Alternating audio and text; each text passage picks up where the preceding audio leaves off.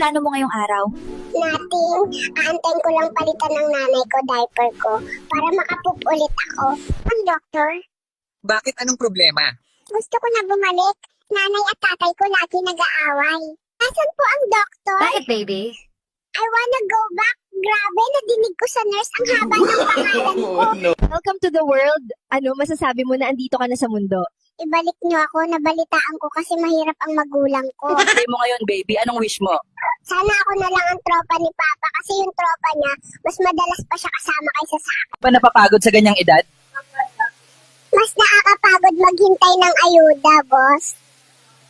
Wish mo? Gasolina tumaas, gatas tumaas. Yun. Kada 5 minutes, may gustong makipag-hello sa akin. Kamukha ng daddy, kamukha ng mommy. Ano ba talaga? Hindi ko pa alam kung sino ako eh. Namat ako sa flash. Parang artista lang, walang privacy. Ilang pictures na nakuha mo ngayong araw? Kahit kumain lang ako, may picture. Bakit nandito ka? Ilang araw ka pa lang. Kailangan ko na mag-ipon para sa school ng mga anak ko. Anong DSWD? Bakit? Anong problema? Laging nag-aaway magulang ko. Kuhanin nyo na lang ako. Ang masasabi mo ngayon, nakalabas ka na. Libre nga magpa-ospital. Kung ano-ano naman ang pinapabili. Pagkabuhay ko na, Pinoy pa din ako. Pambihirang buhay to.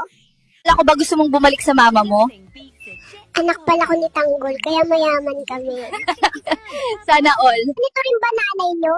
Inuuna pa ang chismis kaysa gawain bahay. Kung ganyan nanay nyo, isuli nyo na sa magulang niya. Welcome to the world. Ano masasabi mo, baby?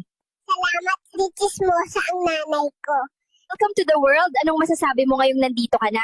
Ibalik niyo ako, nabalitaan kong si Marcos ang presidente. Pumatay kay Lapu-Lapu. Ikaw, Michael. Ba, hindi ako, sir. Kahit mahirap lang kami, hindi ko magagawa yun. Anong kalokohan pinagsasabi mo? Ang tinatanong ko sa'yo, sino pumatay kay Lapu-Lapu? Hindi nga ako, sir, eh. Tarantado ka talaga, no? Gusto ko makausap ang tatay mo. I want you to bring him here. Understand?